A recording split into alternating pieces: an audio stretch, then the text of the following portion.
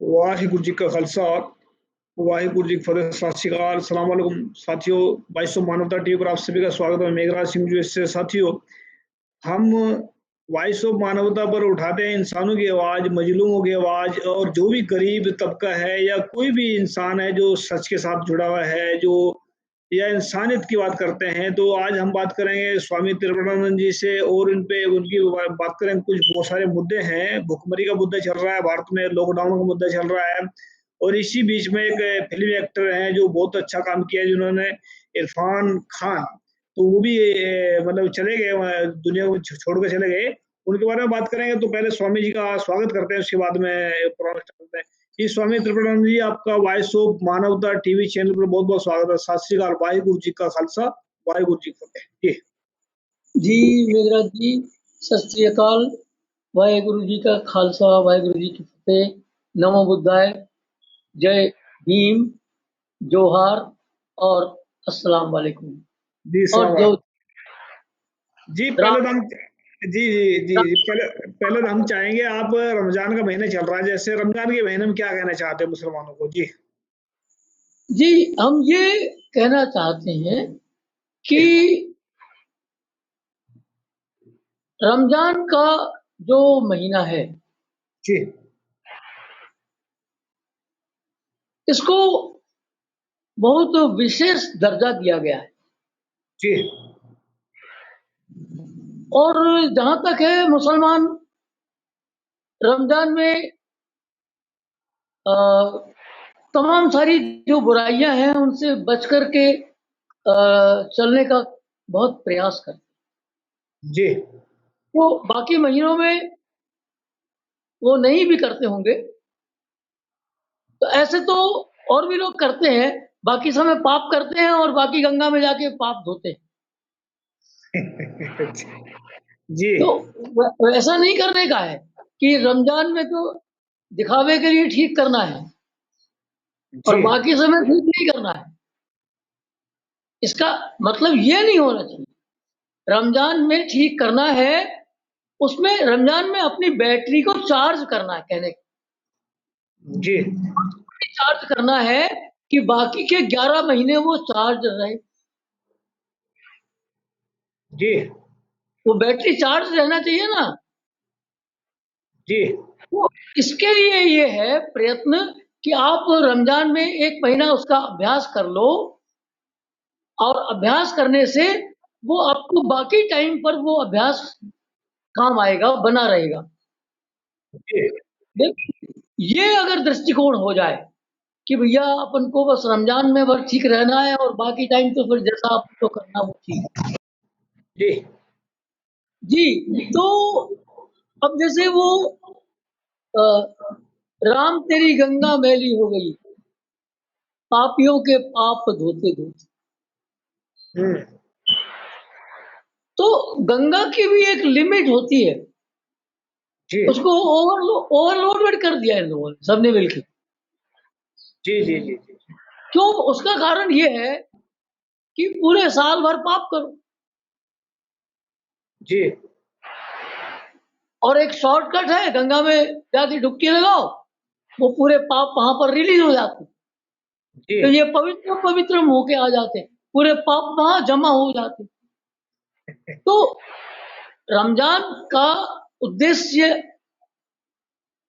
रमजान पावन पवित्र महीना है, तो इसमें हमको दृष्टिकोण दो हो सकते हैं। एक, जी हम गिलास आधा भरा है कह सकते हैं।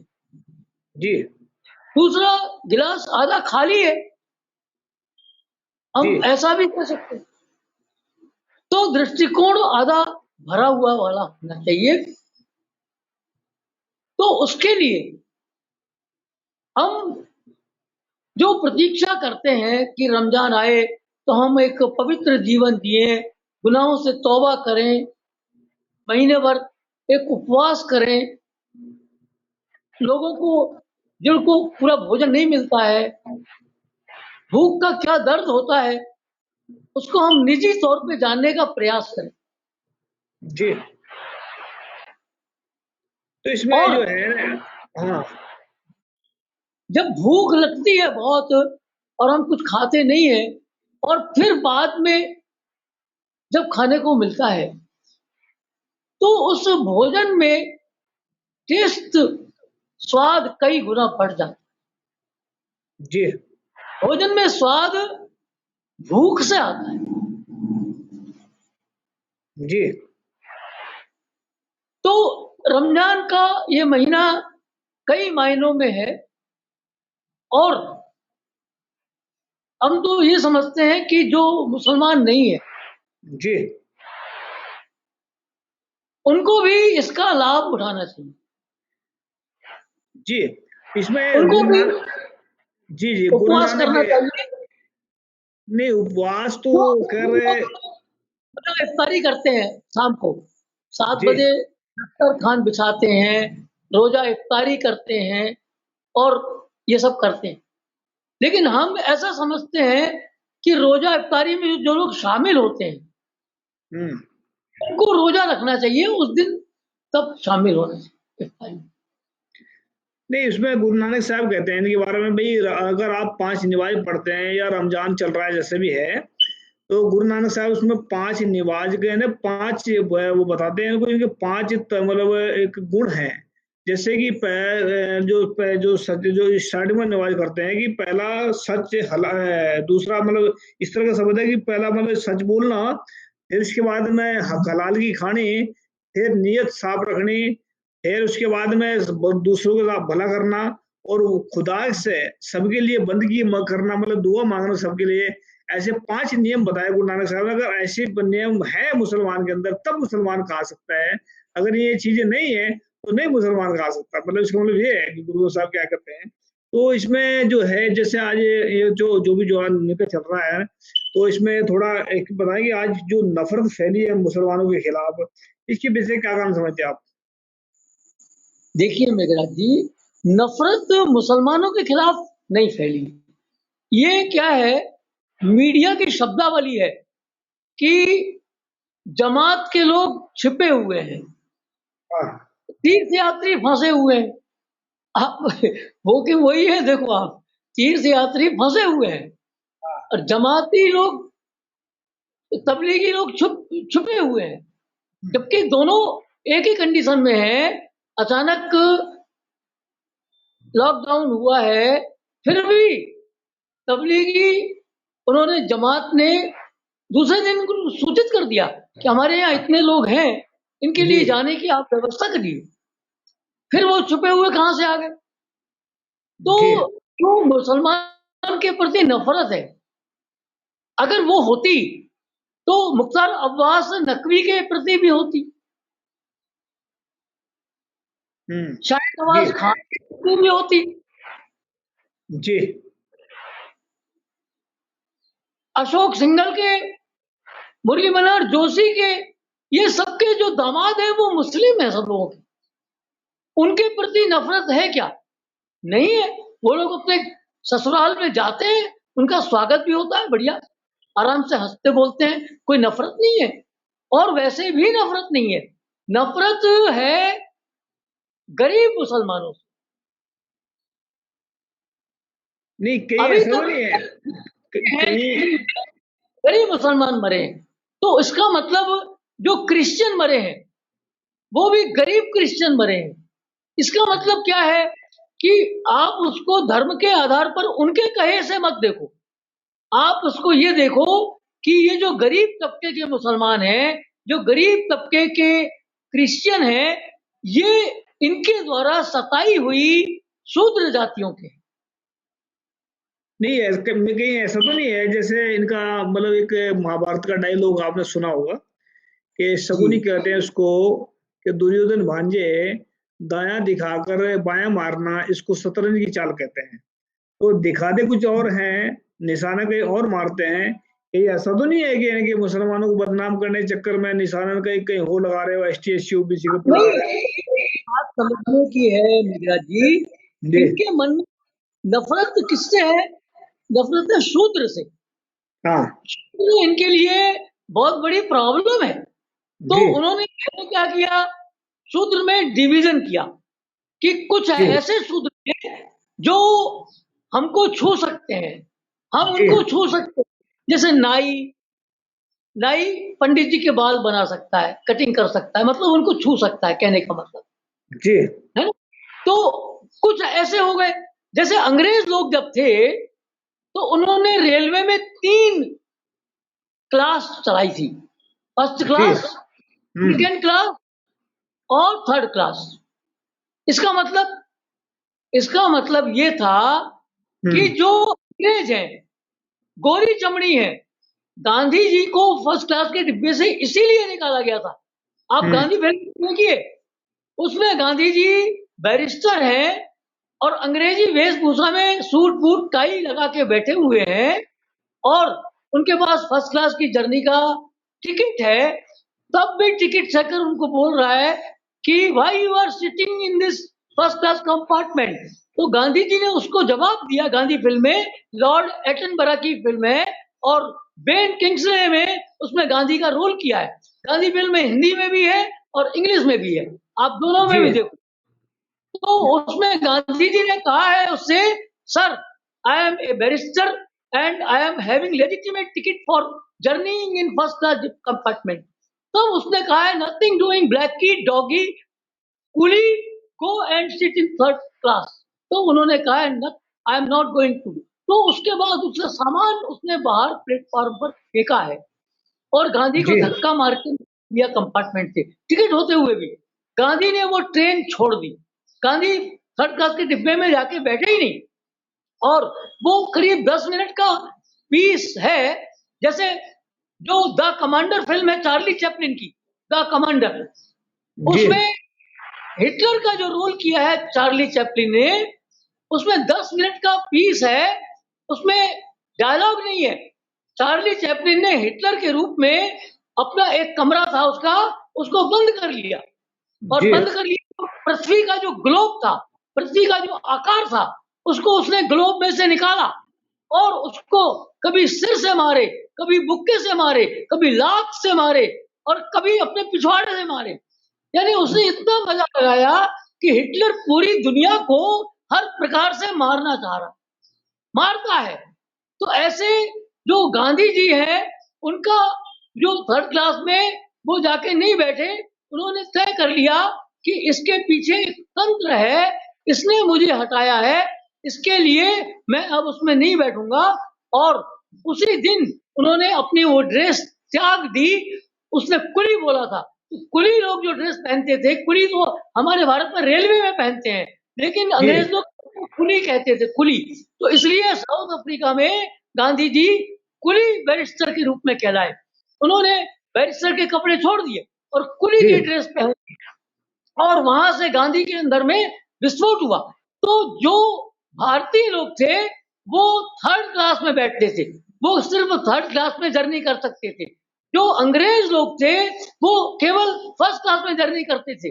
और जो अंग्रेजों के गुलाम हो चुके थे भारतीय थे, हैं भारतीय, लेकिन अंग्रेजों के गुलाम हो गए, जी जो अंग्रेजों से पेंशन लेते थे 60 रुपया महीना वीरता के लिए। हाँ हाँ, वीर वीर वीर के साथ में वो पेंशन भी लेते थे, मतलब 60 रुपया ये महीना, लगभग ये जो 60,000 महीना होता है। ये जो टाइटल है वीर सावरकर का नाम, मतलब आप ये कहना चाह रहे हैं वीर सावर 60 रुपए लेते थे, ये वीर का टाइटल किसने दिया उनको, क्या मतलब अपने ये आप ऐसा अपने लगा आप है? अपने आप ले लेते हैं। देखो आप, उनका नाम स्वयं सेवक। स्वयं सेवक का मतलब क्या होता है? अपनी सेवा करने वाला। अब तो आप इसके बाद भी नहीं समझते हो। उनके बाद जितना फंड आता है वो चैरिटी में अपनी सेवा कर लेते सबकी, जी कोई को नहीं मिलता। आज जो पूरे देश में लोग भुखमरी के शिकार हो रहे हैं और इनको करोड़ों रुपया जा रहा है, लोगों को मिल नहीं रहा खाने को, क्योंकि वो जी स्वयं सेवक है ना, तो स्वयं की सेवा करते हैं वो। जी जी उसके लिए जी कहावत है, अंधा हाँ बांटे रेवड़ी चीन चीन कर दे। अंधा हाँ है, रेवड़ी बांट रहा है, फिर वो देख देख करके बांट रहा है। अंधा देख के कैसे बांटेगा? इसका मतलब वो गलत देख के बांट रहा है, तो गलत ये गलत डिस्ट्रीब्यूशन हो रहा है उसका, मैं किसी के पास आते रहे। एक मिनट स्वामी एक मिनट, मैं रिक्वेस्ट करना चाहता जो भी प्रोग्राम को देख रहे हैं, इसको मैंने लिंक सेंड किया इसमें प्रोग्राम के, उसको डाउनलोड करके आप हमारे साथ में जुड़ सकते हैं और कहीं से भी जोड़ सकते हैं, पूरे वर्ल्ड के अंदर हम जोड़ सकते हैं आपसे। तो इसको फेसबुक के साथ अटैच कर लेना, ये लिंक मैंने सेंड किया इसके साथ में, तो प्लीज जुड़े। थैंक यू जी। जी स्वामी जी। तो आज जो भुखमरी की स्थिति बनी हुई है, जी भारत में खाद्यान्न की कमी नहीं है, भारत में दान दाताओं की कमी भी नहीं है, जी लेकिन sharing of resources, distribution of commodity, ये है मेन प्रॉब्लम। अब इनको जो है ना, अपने गिरोह को छोड़ के दूसरे के ऊपर विश्वास नहीं। अभी हम जहां हैं, हम गुजरात में हैं, जी वहां पर एक जगह लंगर बन रहा है, लंगर 5,000 लोगों का लंगर बनता है, जी भूखे सब गरीबों का एक जगह पे बनाते हैं। ये जी गवर्नमेंट ने नहीं बनाया, लोगों ने मिलकर व्यवस्था की है। घर की बहनें आती हैं, माताएं बहनें आती हैं, रोटी बेलती हैं, आटा चक्की में पिसता है, 200 किलो आटा रोज पिसता है। वो चक्की जिनकी है वो पैसे नहीं लेते, जीतू भाई सिंधी की चक्की है, वो पैसे नहीं लेते, उनका योगदान है। तो वो बनता है। तो इन लोगों ने क्या किया, जो एसडीएम है, तहसीलदार है, उसको बोला कि ये जो रोटियां हैं, जो खाना है, वो हम लोग बांटेंगे। आप समझ जाओ हम लोग कौन है। जी हम लोग मतलब वही लोग, स्वयं सेवा करने वाले। अच्छा तो उनका जी शासन है, तो एसडीएम को उनकी बात माननी पड़ी। एसडीएम क्या करे, मजबूर है, उनको भरोसा तो नहीं है कि ये बांट पाएंगे, लेकिन मान लिया कि ठीक है। तो इन लोगों ने सब वहां से, अब वहां पर जो लाइन लगा के सबको भट्टा था बिठा के खिलाते थे, वो बंद हो गए, और वो पूरे इनकी गाड़ियां आ गई और पूरा माल लेके चले गए। इसके बाद में पूरा बांट दिया इनने, और कम से कम 1,000 लोग भूखे प्यासे सड़कों पे आ गए। तो तहसीलदार के पास आ गए, बोले साहब हमको कुछ नहीं मिला। बोले क्यों, हमने तो भेजा है, गाड़ी आई। बोले गाड़ी आई तो वो किन्हीं किन्हीं को देते थे, किन्हीं किन्हीं को नहीं देते थे। अंधा बांटे रेवड़ी, चीन चीन कर दे। नहीं, इन्होंने जो तो है ना शैतानियत एक तो इनकी उन्होंने ना। तो मेरा भी जी मुस्लिमों को बिल्कुल नहीं दिया, बिल्कुल दिया नहीं। और जो दलित थे, उनके पास जाने में उनका धर्म छू जाएंगे तो पंडित लोग क्या करेंगे, तो उनको भी नहीं दिया। और अपने पंडित जी को डबल डबल दिया। अपना माल, घी कहाँ गया, खिचड़ी में गया, और आकर के बोल दिया हाँ सब बांट दिया। तीसरे दिन तहसीलदार ने उनसे हाथ जोड़ लिए, बोले रहने दो, वो पहले वाला ठीक था, वो फिर से महापरी भोजन चल रहा है आपको। तो अभी इनका देखो, अभी मद्रास में, तमिलनाडु में बाढ़ आई, तो ये सेवा करने पहुंच गए, स्वयं सेवा। तो जितने लोग बाढ़ में मिले मरे हुए, उनकी जेब से सब निकाल लिया, सोना वोना सब निकाल लिया, उसकी फोटो भी आ गई। तो ये स्वयं सेवा जो करते हैं ना, ये ऐसे मतलब स्वयं सेवा। तो जो प्रॉब्लम है देश में, भोजन की प्रॉब्लम नहीं है, जी सामान की प्रॉब्लम नहीं है, दाता की प्रॉब्लम नहीं है, डिस्ट्रीब्यूशन मशीनरी की प्रॉब्लम है। आपको जिनके ऊपर भरोसा है, वो भरोसे लायक नहीं है, जी और जी जिनके ऊपर भरोसा होना चाहिए, उनकी तरफ आपकी नजर नहीं है। जी जी जी जी हमारा अनुभव देखो, 35 साल से हम भारत घूम रहे, 35 साल। जी हम बता रहे हैं कि सिर्फ 2 लोग हैं जो निस्वार्थ भाव से, जी हिंदू, मुस्लिम, सिख, ईसाई, नास्तिक, आस्तिक, गरीब, अमीर, और जी कोई को भी वो भोजन कराएंगे, प्यार से कराएंगे। एक है सिख खालसा, और दूसरा है जलाराम बापा, गुजरात जी में जलाराम बापा का ट्रस्ट है। वहां कुछ नहीं है, कोई साधना नहीं है, आओ और भोजन पाओ, जैसे सरदार जी के गुरुद्वारे में होता है, आओ और पाओ, बस बात खत्म हो गई भक्ति। जी और ज्यादा भक्ति करना है तो कड़ा मांजो, बैठ करके बर्तन मांजो, तो वहां पर सबकी सेवा है, और ये जूते में लग जाओ। ये है, ये भक्ति है, वो यही भक्ति है। तो वो जो है ना, इन 2 संस्थाओं को पूरे भारत का अगर भोजन डिस्ट्रीब्यूशन का काम दे दिया जाए, क्योंकि ये मुसीबत कोरोना की अभी 1 साल में पटने वाली नहीं है। आप देखना, जी लोगों के हाल बेहाल हो गए हैं, उद्योग धंधे नहीं है, लोगों के पास पैसे नहीं है, किसानों की फसल नहीं है, उनके पास बीज नहीं है, अन्न उत्पादन कम हो जाएगा। 1 साल तक ये परेशानी परिस्थिति की रहेगी। इसके लिए हमको बहुत सावधानी पूर्वक शेयरिंग ऑफ रिसोर्सेज को संभालना पड़ेगा, और वो है खालसा सरदार जी, सिख पंथ।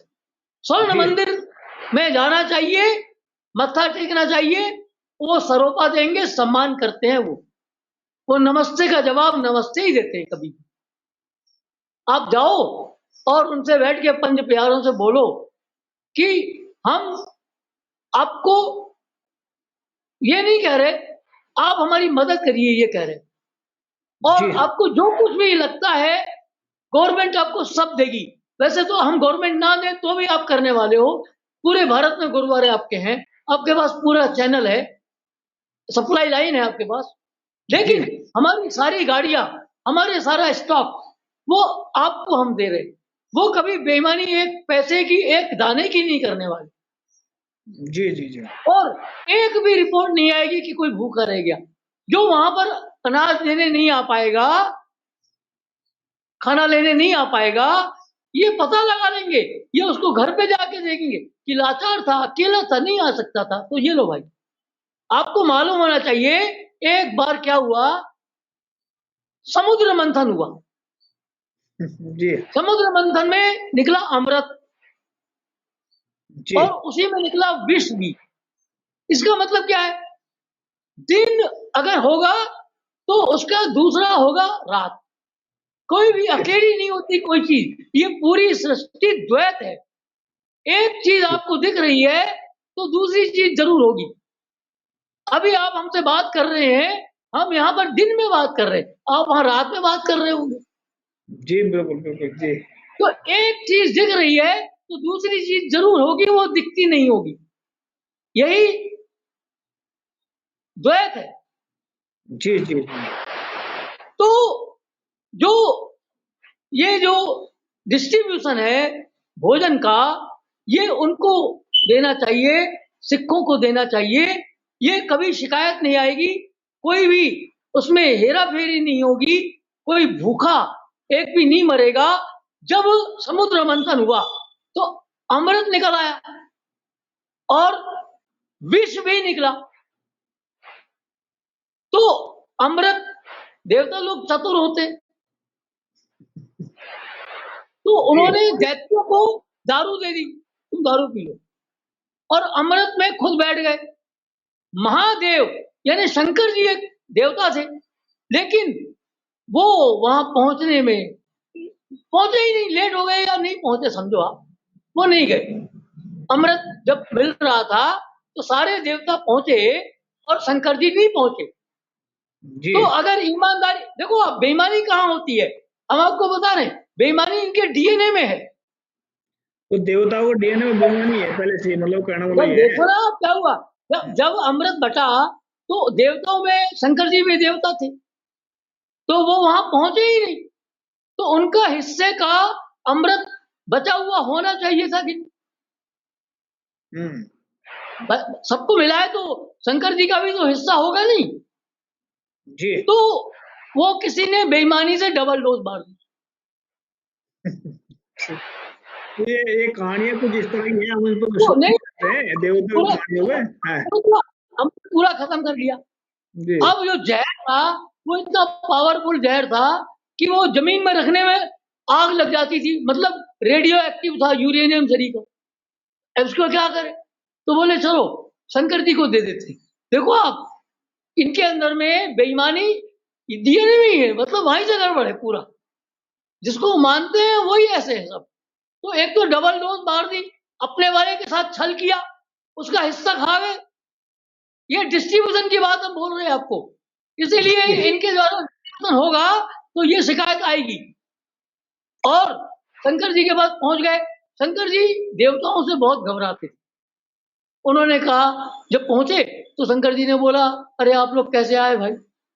जी भोलेनाथ, हम लोग आपके दर्शन शंकर जी जानते थे मेरे दर्शन करने कौन आता है यार, कोई प्रॉब्लम है इनकी। बोले फिर भी बताइए ऐसे क्या, मैं क्या करूं आपके लिए, पूछे। तो उन्होंने कहा पूछे।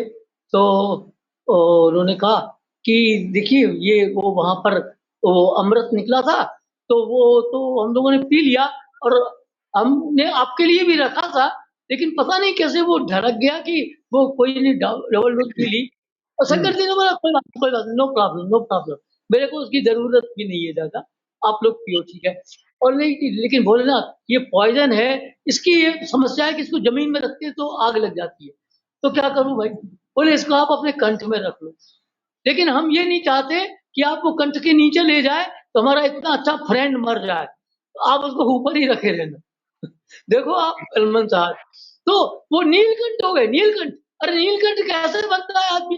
काले रंग में लाल खून मिलाओ तो नीला बन जाता है, काले में लाल मिलाइए तो नीला बनेगा।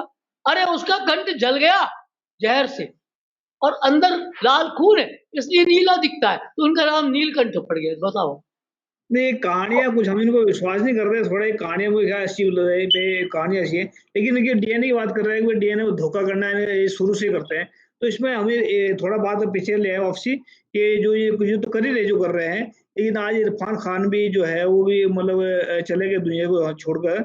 उनके बारे में थोड़ा जानना पाए कि उन्होंने दुनिया के लिए मतलब क्या किया, क्या अच्छे काम किया, थोड़ा उसके बारे में जान करते हैं जी। हम ठीक से नहीं समझ पाए आप किस बारे में। मतलब इरफान खान जो है, जो दुनिया को छोड़कर अच्छा चले गए हैं। इरफान। हाँ, उनके बारे में थोड़ा, क्योंकि हम उनके भी बारे में बात करना चाहते हैं। और जी चाहते हैं भई वैश्व मानवता जो है एक, जब हम कोई धर्म, जाति के लिंग से ऊपर उठ के हम बात करते हैं, तो हम उनको भी ट्रिब्यूट देना चाहते हैं कि उन्होंने ज़िंदगी में क्या-क्या किया है, और उन्होंने करना क्या चाहते थे, और उन्होंने बहुत, मैं फ़िल्में देखी उनकी 2-3, उनका एक रोल अलग ही निभाते थे, और अच्छा काम किया उन्होंने जहाँ तक ये है। तो आप क्या कहना चाहेंगे उनके बारे में? इरफान खान? जी। देखिए मेघराज जी, आपको अगर याद हो तो एक हीरोइन होती थी सिल्वर स्क्रीन की, उनका नाम था स्मिता पाटिल। जी, जी, जी। स्मिता पाटिल की जो फिल्में होती थी वो क्लासिकल फिल्में होती थी। जी। भारत में सिनेमा को दो भागों में बांट दिया गया है। जी। एक है सिल्वर स्क्रीन में स्ट्रीम का सिनेमा, जी। दूसरा है पैरेलल समानांतर सिनेमा। जी। तो स्मिता पाटिल जैसी जो नायिकाएं कालजयी जिनकी कृतियां हैं, जिन्होंने बीच में गप वप नहीं डालते ये लोग, अच्छी फिल्में बनाते हैं। तो ऐसे ही जो क्या इमरान, ये क्या नाम इर है, इरफान खान। जी। इरफान, जी। हाँ इनकी जो फिल्मों में रहा, ये एक विद्रोही स्वभाव के व्यक्ति थे। जी। मतलब जो एक ढर्रा चलता है उसके साथ वो चलने वाले नहीं थे। जी। तो वो ऐसी फिल्में करते थे, और उनका एक फिल्म का ऐसा डायलॉग भी है कि डाकू तो बियड़ बियड़ में तो डाकू रहते, मतलब जी। वो रहते तो बागी बागी, बियड़ में तो बागी रहते, और हुँ। डाकू तो पार्लियामेंट में रहते। अच्छा, अच्छा। मतलब बड़े बंजे, जो एक एक मैं एक कहावत भी है, पता नहीं किसकी कहावत है, कि भई जो अपराधी है ना, जो अपराधी हैं, छोटे अपराधी जो हैं वो डाकू लुटेरे होते हैं, जो बड़े अपराधी हैं वो पार्लियामेंट में बैठे हैं, क्योंकि उनको बड़ा अपराध करने का मौका मिलता है, उनको जो छोटे हैं वो घूमते रहते हैं। तो ऐसा बोला था हाँ, किसी ने, तो ये बिल्कुल सही बात है उनकी। जी। तो अभी इनके साथ में ये था, ये जी। इरफान भाई थे ना, हाँ। इरफान खान था। जी, जी, तो जी। इनको मुस्लिम लोग ज्यादा पसंद नहीं करते थे। जी। इनको कई मुस्लिमों ने बहुत खराब वो कहा है कि निपट गया, जहन्नुम में चला गया, ऐसी टिप्पणी आ रही। क्यों? क्योंकि इन्होंने ऐसा कुछ कहा था कि भाई बकरीद का जो होता है, उसमें बकरे की कुर्बानी क्या ज़रूरत है? जी। कहा कि भाई बकरे की कुर्बानी इसलिए कि जो उनके मतलब पैगंबर साहब थे और जो उनके मान्य थे पुरुष, उनसे खुदा ने कहा कि अपनी प्रिय चीज की कुर्बानी दो, तो उनको प्रिय चीज दूसरी समझ में नहीं आई, अपना बेटा समझ में आया, तो बेटे को उन्होंने कुर्बानी दे दी। इसी प्रकार की कहानी भारत में मोर ध्वज के बारे में भी है। मोर ध्वज का किस्सा भी ऐसे ही है। माता पिता ने उसको भगवान पे कुर्बान कर दिया, लेकिन वो जिंदा हो गया बाद में। तो उसको बेटे को उन्होंने कुर्बान कर दिया, लेकिन जब उसको उन्होंने कहा कि इसको खोलो, तो बेटा तो जिंदा था और वहां पर एक भेड़ जो होती थी, भेड़, वो कटा। तो उसी बात से वो भेड़ की या बकरी की कुर्बानी देते। तो इरफान खान एक सच्चाई पे चलने वाले मुसलमान थे। तो उन्होंने कहा कि पहले आप अपने बेटे की कुर्बानी दो। प्यारा तो आपको बेटा ही है ना, बकरा थोड़ी है। हाँ हाँ बिल्कुल। फिर वो बकरा, बेटा जिंदा हो जाए और बकरा वो मर जाएगा, तो ठीक है। तो उसके ऊपर से मुसलमान लोग काफी चढ़ गए थे उससे। बोले ये काफिर है, ये मुसलमान नहीं है, ऐसा मतलब हर का देखो, हिंदुओं में भी मतलब खुरापाती और लकीर का फकीर है, मुसलमान में भी है, क्रिश्चियन में भी है। क्रिश्चियन में तो देखो आप, जो उनका पुरातन क्रूस जिस पर यीशु को लटकाया था उन्होंने, जी क्रॉस है, लकड़ी का होता है, बड़ा भारी होता है। हाँ। उसको अपने कंधे पे लेके चलना पड़ता है कैदी को। ईसा मसीह को भी लेके चलना पड़ा था, और वो लोग यहूदी जो सैनिक थे उसको हंटर मारते थे, कोड़े मारते थे जी, और बाद में उस पर लटका दिया। तो क्रूस पर लटकना अलग चीज होती है और क्रूस को गले में लटका लेना अलग चीज होती है। बिल्कुल बिल्कुल, जी। लोगों ने क्रूस को गले में लटका दिया, क्योंकि क्रूस पर लटकना पड़ता है। अपना उठा लो, अपना क्रूस उठा लो, जी कर मरने वालों में तुम, जी कर मरने वालों में तुम, मर कर जीवन पालो, अपना क्रूस उठा लो। जी जीवन तो कितना ही हो पर, जीवन तो कितना ही हो पर, सदा अनिश्चित ही है। जीवन तो कितना ही हो पर, सदा अनिश्चित ही है। जी। तो फिर मर कर जीने वालों, तो फिर मर कर जीने वालों में अपना नाम लिखा लो, अपना क्रूस उठा लो, अपना क्रूस उठा लो। तो क्रूस लटका दिया। जी हर धर्म में ये प्रॉब्लम है। धर्म की जो बात है उसको तोड़ मरोड़ के अपने हिसाब से लोग सेट कर लेते हैं। तो इरफान खान जो दकियानूसी मुसलमान हैं, उनके लिए उनके मतलब टारगेट पे थे, वो उनके रडार पे थे, उनको वो सब करते थे। अब देखिए, कल एक लेख लिखा, आपको उसकी पहले फोटो दिखाते हैं। ये आपको दिख रहा है? दिख रहा है। ये दिख रहा है कि नहीं? दिख रहा है। इसको भेज देना, लास्ट में इसको हम ऐड कर देंगे बाद में, ठीक है? हमने भेज दिया। हम आपको बोल रहे हैं अनग्रेटफुल, कृतज्ञ, एहसान फरामोश।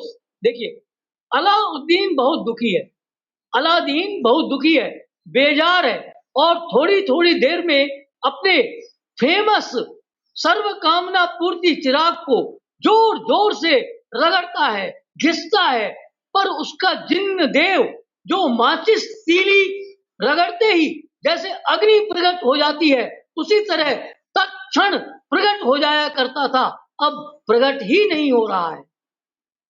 अलादीन सोच रहा है कि हो सकता है सभी की तरह जिन्न देव भी लॉकडाउन मना रहा हो, पर ऐसा नहीं हुआ और जी जिन्न देव प्रकट हुआ, पर उखड़े हुए मूड में प्रकट हुआ। तभी तो हमेशा वाला अभिवादन वाक्य हुकुम मेरे आका नहीं बोला और शून्य आकाश में ताकते हुए खड़ा रहा। अलादीन ने उसका मन बहलाने के लिए कहा, माय डियर, जी तबीयत तो ठीक है? जिन्नदेव ने आज पहली बार बदली हुई आवाज में, बदले हुए तेवरों के साथ तल्ख स्वर में कहा, अलादीन, खुदावंद, गॉड, भगवान अल्लाह ताला ने तुम्हें यह चिराग तुम्हारी गरीबी, लाचारी और नेक नियति के कारण दिया था, पर चिराग की अलौकिक दिव्य शक्ति का दुरुपयोग करके तुमने चिराग को पाने की पात्रता खो दी है। जैसे कि राक्षस राज हिरण्यकश्यप की बहन और प्रहलाद की बुआ होलिका ने आग में नहीं जलने की अपनी वरदानी शक्ति खो दी थी। तुमने चिराग की सिद्धियों का उपयोग अपने व लोक कल्याण के लिए नहीं, बल्कि बाकी सभी जड़ चेतन जलचर थलचर नवचरों के जीवन को कठिनाई भरा बनाने में करके उसका दुरुपयोग किया है। जी इसलिए जैसे कि होलिका बाई का वरदान कैंसल हो गया था और वो नहीं जलने वाली जल गई थी, उसी तरह तुम्हारा वरदान भी दी एंड। और जिन्न देव के इतना कहते ही एक धमाके के साथ चिराग में विस्फोट हुआ और चिराग के टुकड़े टुकड़े बिखर गए। इसके साथ ही अलादीन की नींद खुल गई और वह इस सपने का संकेत सोचने लगा। नेक नियति से मिले, नेक नियति से मिले जितने भी वरदान, वापस हो जाते अगर रखो न उनका मान। जी तो आज जो जिनकी हैसियत बढ़ गई है, हम ये नहीं कह रहे कि उन्होंने कोई अच्छा काम नहीं किया होगा, उन्होंने जरूर किया होगा। जब वो चले थे, जब वो अच्छे उद्देश्य से चले थे, जब आसाराम बापू संन्यास में चले थे, तो वैराग्य के साथ चले थे, अच्छे भाव से चले थे। लेकिन बाद में रविन्द्रनाथ टैगोर की कविता है बंगला भाषा में, जे नदी हराए स्रोत चलिते न पारे, सहस्रो शैवाल दाम बादिया सितारे। जो नदी चलना बंद कर देती है, उसका प्रवाह खत्म हो जाता है, तो उसमें बहुत सारी काई, खर, पतवार, शैवाल पैदा हो जाती है और उसका पानी खराब हो जाता है, किसी के उपयोग का नहीं रह जाता है। तो जो संत, जो सन्यासी रुक जाते हैं, उनके अंदर राग और द्वेष के काई, खर, पतवार पैदा हो जाते हैं और तब उनकी ड्रेस रह जाती है, अंदर का संत गायब हो जाता है और तब वो जेल चले जाते। तो अंदर शैतान पैदा हो जाता है। तो स्वामी जी लास्ट सवाल करूंगा मैं आपसे, अभी टाइम समाप्ति कर जा रहा है। इसमें बताएं कि जो भारत के अंदर जो नफरत फैली बहुत ज्यादा, एक तो ये शैतान लोग देखे होंगे आपने कि जो उसका टकले का मतलब जिसको तड़ीपार कहते हैं, उसके लड़के ने करोड़ों का घोटाला किया। अभी करोड़ों बहुत ज्यादा, इतना लोग तो भूखे मर रहे हैं और ये पैसे कमा रहे हैं। इसमें से भी मतलब जो अभी मार्क्स मंगाए हैं वहां से, गाना में चाइना से मंगाए थे मेरे ख्याल से शायद, तो उसमें भी करोड़ों और मतलब करोड़ों का घोटाला इसके टके मतलब तड़ी पार के लड़के ने मार दिया उसमें घोटाला। इसमें क्या कहना चाहेंगे आप? और लास्ट में सवाल है कि नफरत की जो आग जो लगी है चारों तरफ, इसको कैसे खत्म कर सकते हैं, कैसे बुझा सकते हैं? मेघराज जी, नफरत मुसलमानों के प्रति नहीं है, आप इस चीज को उनकी शब्दावली में मत जाइए। नफरत शूद्रों के प्रति है। जो शूद्र मुसलमान बन गए, जो जो देखिए, दुबई में शेख के तो गले मिलते, तो अगर मुसलमान से नफरत थी तो फिर ये क्या है? तो इसलिए जो शूद्र के प्रति नफरत थी, वो अब छोटे मुसलमान, गरीब मुसलमान, क्योंकि वही कन्वर्टेड है ना, वही क्रिश्चियन, और उनसे ही मतलब वो नफरत करते हैं। सरदार जी लोगों से भी करना चाहते हैं, लेकिन उनसे चलती नहीं है, क्योंकि एक सरदार को दिल्ली में मारा पुलिस ने, तो 10,000 सरदार आ गए और उन्होंने दिखा दिया, तो उसके बाद में वो पंखा नहीं लेते उनसे। तो इनकी कमी भी है, इनकी भी कमी है कि ये आपस में इतना अमन और भाईचारा का प्रचार करते हैं, लेकिन अमन और भाईचारा जमीनी हकीकत में कहीं दिखता नहीं है।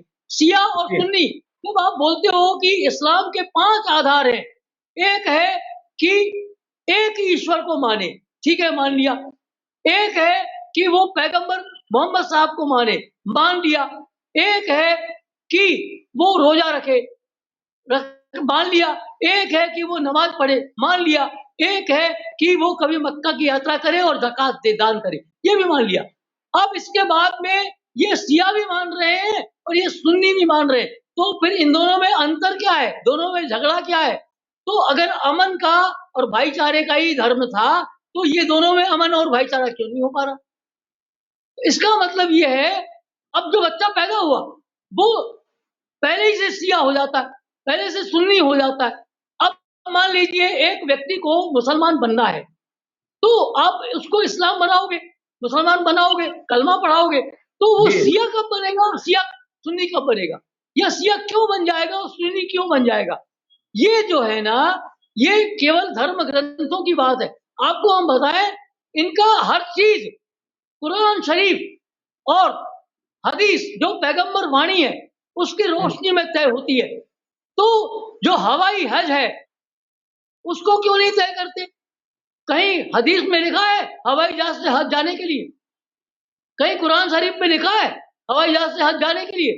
अरे हज जब आप पैदल जाते थे, जमीनी जाते थे, घोड़े पर जाते थे, तो हर हाजी रात में कहीं ठहरता था, उसको धन्यवाद देता था, उसको आशीर्वाद देता था, तब वो पहुंचता था। तो उसमें आपके इस्लाम का प्रचार भी होता था, इस्लाम का भाईचारा भी लोगों को मालूम पड़ता था। अब आप एक हवाई जहाज में बैठ के जाते हो, तो उसका जो सवाब है, पुण्य है, वो हवाई जहाज को मिलता है, आपको कुछ नहीं मिलता। जी, जी, जी। तो और स्वामी जी, ऐसे हाजी बहुत सारे हो गए हैं, इसीलिए इस्लाम की ये नौबत आ गई है कि इस्लाम का जो तेज है, इस्लाम की जो धार है, इस्लाम की जो सच्चाई है, वो आप उसको सामने नहीं रख पा रहे हो। क्यों नहीं रख पा रहे हो? क्योंकि डुप्लीकेट है सब, नहीं, इसमें असली इसमें माल मानते नहीं है। हैं, इसमें हम मानते हैं कि जो धर्म के जो ठेकेदार हैं, वो उनको ना तो धर्म का पता है, ना उन्होंने धर्म को भी सीखा, ना पढ़ा, वो ठेकेदार बन के बैठे हैं। तो हम मैं तो बोल मानता रहे हैं कि उनको पहले ये तय करना चाहिए कि जो हज है, वो कुरान शरीफ और हदीस की रोशनी में उसको तय करना चाहिए। हवाई हज एक भ्रमण, एक टूर हो सकता है, लेकिन अगर ये पैदल जाएंगे, साइकिल से जाएंगे, मोटरसाइकिल से जाएंगे, यानी जमीनी हज करेंगे, तो इतने सारे हाजी नहीं होंगे दुनिया में, हाजी की संख्या कम हो जाएगी। जब कम होती है ना, तो सूरज होता है, और जब बहुत सारे होते हैं तो तारे होते हैं। उतने तारे मिलकर के भी रोशनी नहीं कर पाते हैं, रात का दिन नहीं कर पाते हैं, और सूरज अकेला रात का दिन कर देता है। थैंक यू हालांकि स्वामी जी। सूरज, मेघराज जी, सूरज की गलती है, ये गलती है। आपके साथ बातचीत हो वाइफ ऑफ मानवता की, तो उसको बोल देना हमारी ओर से कि सूरज दादा, आप देखो, आप जब जब आपकी जरूरत नहीं होती है दिन में, तब आप आते हो। दिन में क्यों आते हो यार? आप रात में आया करो जब आपकी जरूरत। सूरज नहीं, दिन में आता है, बताओ। कहीं पर रात है, कहीं वो दिन है, इसका खेल है, ये वाहिगुरु ही जानता है। शुक्रिया स्वामी जुड़ने के लिए, आपने बहुत अच्छी जानकारी दी, इसके लिए आपका धन्यवाद। और वॉइस ऑफ मानवता हमेशा ही आपको सत्कार देता है, इज्जत देता है, तो ये आप समझदार हैं कि हम क्यों आपको इज्जत देते हैं, क्योंकि आप इसके लायक हो, और हमारे को हम हर एक को इज्जत देते हैं।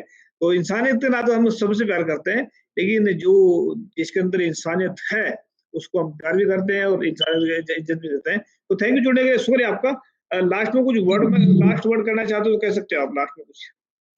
जी, बस हम ये कह रहे हैं कि आप बहुत अच्छा काम कर रहे हैं और इनकी किसी की भी बुराई करने की ज़रूरत नहीं है। एक मूल निवासी बहुजन एक यूनिटी बनना चाहिए भारत में और पूरे विश्व में। और 14 अप्रैल बाबा साहेब का जन्मदिन है। बाबा साहेब भारत के नहीं है, पूरे विश्व के व्यक्ति है। वैसा व्यक्ति, वैसा न्यायप्रिय व्यक्ति, वैसा जमीन से जुड़ा हुआ व्यक्ति, वैसा भोगा हुआ, कष्ट सहा हुआ व्यक्ति ढूंढने से नहीं मिल सकता। कुदरत ने बना के भेजा है, वो विश्व मानव है। उनकी जयंती साल में एक बार ना मनाई जाए, हर महीने की 14 तारीख को बहुजन दिवस घोषित कर दीजिए। आप वॉइस ऑफ मानवता टीवी की ओर से कर दीजिए। आप बिल्कुल, 14 तारीख को हमने शुरू कर दिया इस पे, इसके लिए काम हर शुरू महीने कर दिया। की 14 तारीख को स्पेशल डे मनाइए। उस दिन बहुजन दिवस मनाइए। उस दिन जो खालसा या शूद्रा वाली फिल्म दिखाइए, हर महीने दिखाइए 14 तारीख को।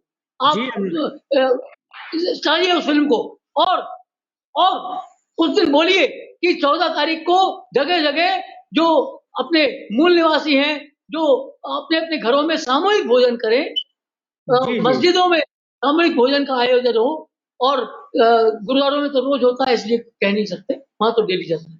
ये हमने शुरुआत कर दी इसकी है, बहुत जल्दी हम इसको प्रैक्टिकल रूप में आपके सामने दिखाएँगे आने वाले वक़्त में, और इसका हमने शुरुआत कर दिया है। थैंक यू शुक्रिया जुड़ने के लिए स्वामी जी, और उम्मीद करते हैं आप इसी तरह से जैसे सेवा कर रहे हैं, मानवोदय करते रहेंगे, और हमें भी जी। वाहिगुरु कृपा करे इसी तरह जब तक हमारा सांस चल रहा है, तब तक हम इसी तरह सेवा करते रहेंगे। थैंक यू जुड़ने के लिए, शुक्रिया। वाहिगुरु जी का खालसा, वाहिगुरु जी का सत श्री अकाल, अस्सलाम वालेकुम। जी, जी मेघा जी, वाहिगुरु।